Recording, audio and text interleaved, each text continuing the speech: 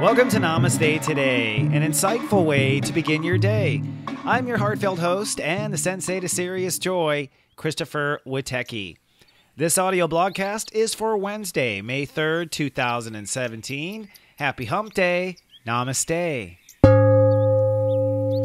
It's funny because today is the hump day of the given week, and today step 13 rules Taurus, and step 13 is the conceptual hump day of the sign. In today's Zodiac weather, I'll talk about how I am predicting breakdown and breakthrough in the next 24 hours. And later in your tea time, because we've been discussing all this fantastic yod energy all week, I thought I would throw out an idea to you called the law of opposite distractions. But first, let's take a look at today's moods and your Zodiac weather. This Zodiac weather is for Wednesday, May 3rd, 2017.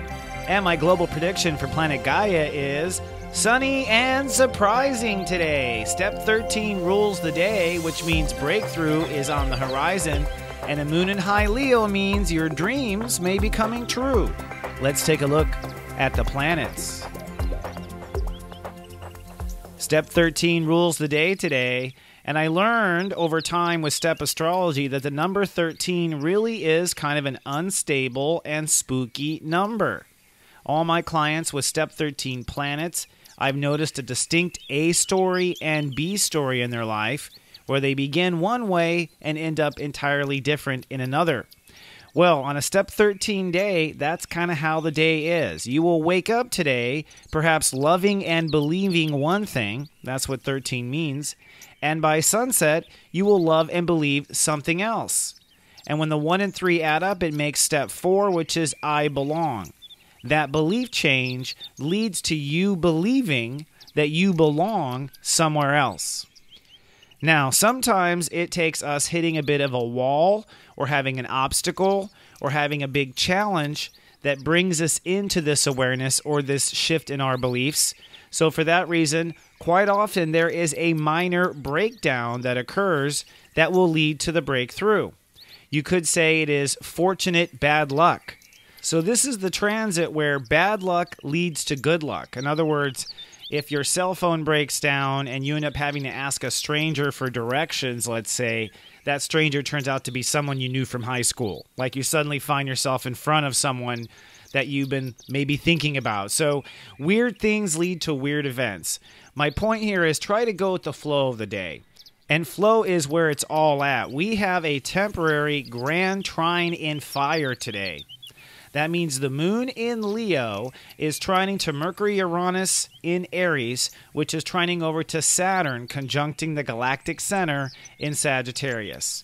This means divine, passionate inspiration. And because it's led by the moon in Leo, it's led by our heart. So by listening to your heart, which can be as simple as your heart wanting an ice cream cone at noon, or your heart not wanting to go to this event and instead go to that event, by listening to your heart, somehow 3 parts of yourself are going to unite, and you're going to have some sort of realization. That's why I said today is sunny and surprising. It's likely something you haven't thought of before, and that's precisely why it is new. And when you do have this inspiration or this realization, you'll realize real quickly why it is you haven't seen this up until now, so try not to get too hung up on that. But this may be the turning point, the breakthrough that gives you the clarity of 3 major areas of your life, represented by the trine. On the one hand, what your heart really wants with the moon in Leo. On the other hand, Mercury conjunct Uranus is the person you really want to be, the character you wish you truly were. And then Saturn in Sagittarius is the story you were born to live. Now, although all this partying is going on the inside of our fire signs, we are in fact focused in Taurus, which is manifestation and what we're creating in the outside. So you'll probably have a breakdown or breakthrough about a project or something you're trying to bring into manifestation. But in that effort to bring something into manifest, you will have some sort of epiphany about your heart, your legacy, and the person you truly want to be. Another interesting clue in today's astrological forensics is that Mars is at step 8 Gemini. Step 8 is I decide. Gemini is what we're thinking. So our ego today is pushing to come to some sort of decision, a realization, to turn our back against one way and to go to another way. And this is all intellectual. It's Mars in Gemini. It's in the mind. But as we know, thoughts become things. Once you really start to get the idea, everything will flow forward. And finally, let us not forget that we are in day 2 of a 6-day yod, God giving us the finger. And this yod, 1 foot of it, is step 13 Taurus. So one part of this yod is this breakthrough, this understanding that you come to in the next 24 hours about what you want to manifest. The other foot of the yod, just to remind you, is what you're sensing. So it'll be something you sort of sense, something you have been sensing. And I'll spook you out for one more second here. Neptune is also today at step 13, Pisces. So we have a foot of a yod, both at step 13, pointing to Jupiter at step 15, Libra. What is this in layman's terms? This means you may discover the arc. You may discover what it is that is the ideal, the creme de la creme, the absolute perfect of perfect balance and harmony, some sort of vision that sets the top of the scale, literally. And from that top of the scale, you can calibrate your scale to where you are now and how to get to that top. So what I'm saying is, you'll have to comment and let me know, folks, in our Namaste Today Club. You'll have to let me know if in the next 24 hours, you don't have some sort of vision of what the sweet spot is. Now, by sweet spot, I should get a little deeper, and I think that's going to be the subject of our tea time. Go steep yourself some tea, and let's have our daily tea time.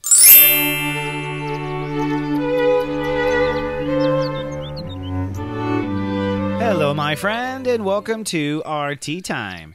Today's tea time topic is opposite distractions. Now, I'll explain what I mean by this in just a minute, but first, let me give you a little bit of the setup of why I'm talking about this. Today is really a powerful day in the planets. I talked about we're at step 13. I talked about we have a grand trine of fire. I talked about that we have a yod. But what I didn't mention is that Mercury goes direct today. So today is the day when you will literally think forward. And Jupiter at step 15, which is the point of this yod, all right, into Libra. Step 15 is the Grand Master step of Libra. It is the middle of the middle of the middle of the middle. It is the master of peace. If someone is a step 15 Libran, they are a master of creating peace. So what this yod is pointing to is us creating peace.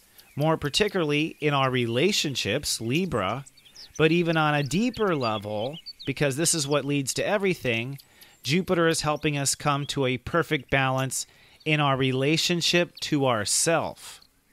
So we are going to uncover some major mysteries in the relationship to ourself, and it might begin with this little podcast right here.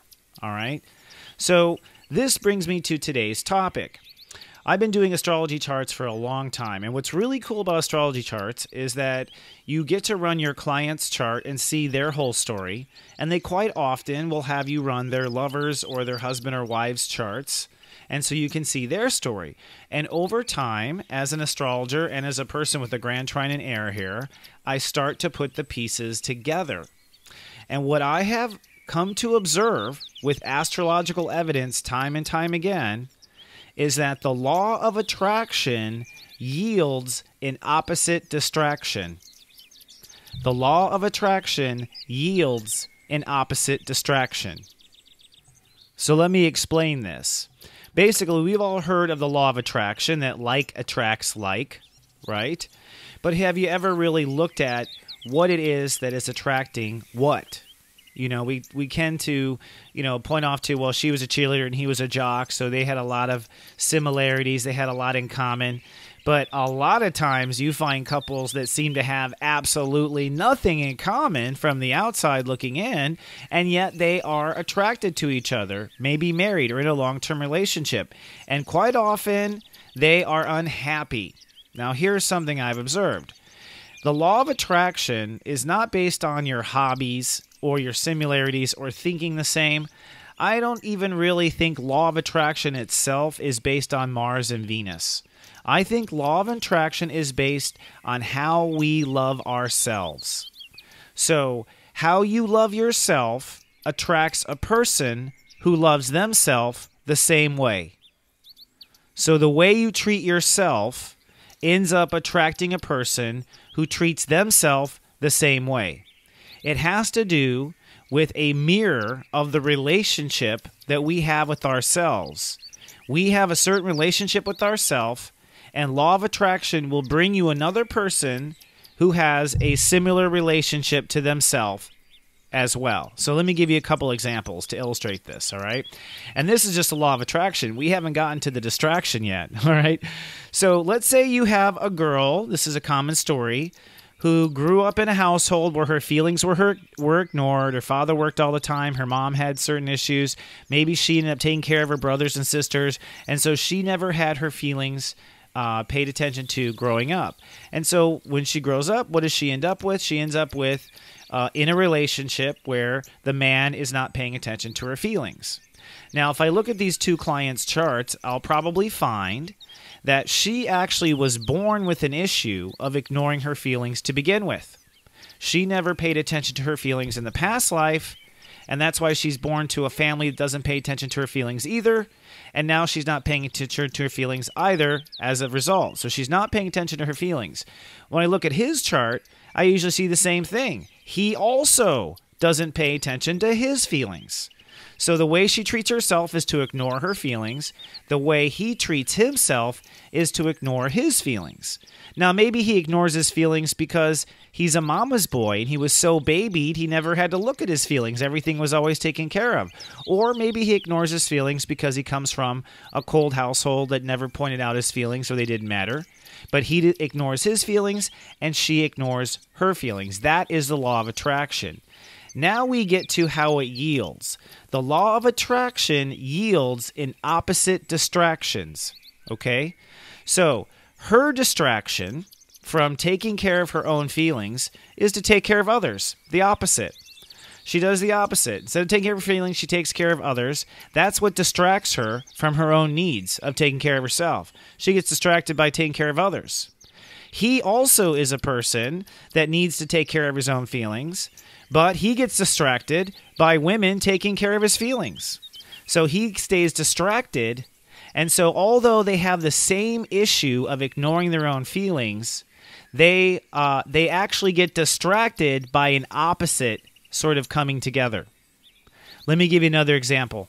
Let's say you have this really stunningly beautiful woman who has very low self-esteem. That's a story we see quite often. Beautiful women with low self-esteem. And you're like, why? Well, she grew up in a family that kept telling her she was beautiful, but she never actually got to know why she's valuable in total. And so she grew up relying on the compliments of others. And of course, later that moves on to relying on the compliments of men. So she does not look down at herself and value herself. She ignores valuing herself, so she has low self-esteem, and as a result, she ends up needing the help of others. Now, let's say she falls in love with a guy. He also has low self-esteem. All right, let's say he grew up in a family that called him a piece of shit, didn't call him beautiful, called him a piece of shit his whole life, always told he was amounted to nothing.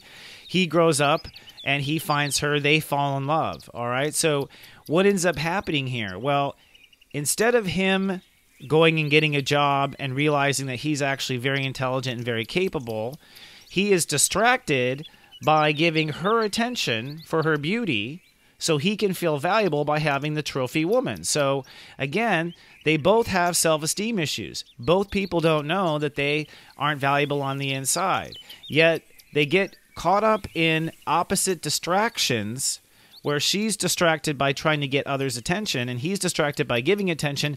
Both of them are distracted by their core need, which is to give themselves attention. The girl with self-esteem needs to take some inventory of all the things that are valuable about herself and own it so that she has something when her beauty fades, right? And the man needs to invest in himself and not listen to the world and see that he's valuable, whether he has a trophy or not, right? And he will overcome his self-esteem issues. So to kind of put it simply, we often are giving people the things we most want. We most often are giving people the things we most want. The things that we want in our heart, we give it away. And that's why we get caught in these situations where we have law of attraction and opposite distraction, otherwise kind of known as codependency in another psychological term. And what it is that we are law of attracting a person with the same problem, two self-esteem issues or two people who have their feelings ignored. And so part of the coming together is actually that the couple is having compassion for the other person. They see their own pain when they go and nurture the other person or they go and give it away or whatever. It's their own pain they're seeing, and so they feel connected. But we're staying stuck. So you might ask, how do we get unstuck from this situation? And I'm bringing this up because Jupiter is in Libra, and it's time to understand our relationships, come to peace with our relationships, and this comes down to coming to peace with our own mirage, the relationship to ourself. We have to look at what it is that we need, and basically, in order to break that sort of spell, you must become spiritually autonomous. The girl who goes around nurturing all the guys around her, she needs to nurture herself. The guy who gets babied by mama, he needs to nurture himself. The girl who thinks she's only valuable for her looks, she needs to see otherwise on her own that that's not true. The guy that thinks he needs the hot girl to be confident, he needs to see on his own that that's not necessarily true. The answer is always within us. The answer is never outside of us. Remember, from law of manifestation, it starts on the in, and the outside is a representation of what's going on already on the inside. So to break the spell, you must give yourself what you most need. Once you give yourself what you most need, you break that spell and start law of attracting without this opposite distraction. You will no longer be distracted by the opposite. You instead will be focused on the source. So I believe that we are seeing the light this week with relationships and our mirages this week. And I think today might be the first bell that goes off for you seeing the light. And you might ask yourself today, what do I give the most in my relationships? What do I give people the most? Or what do I give my partner or my lover the most? What's the most thing that I give? And then ask yourself, whatever that thing is that thing that I give away, is that something I need myself? And see, are you giving away what you most want?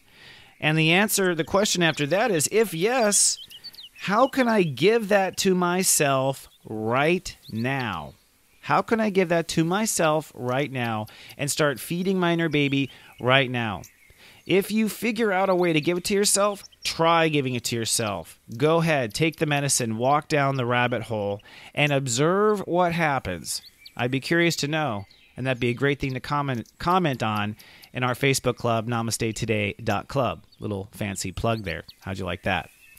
All right, my friend. I hope you have a cosmic and intergalactic surprising day. I'll be back for you on the other side of this little rabbit hole. Until then, remember, I love you, and live, love, be. Live, love, be.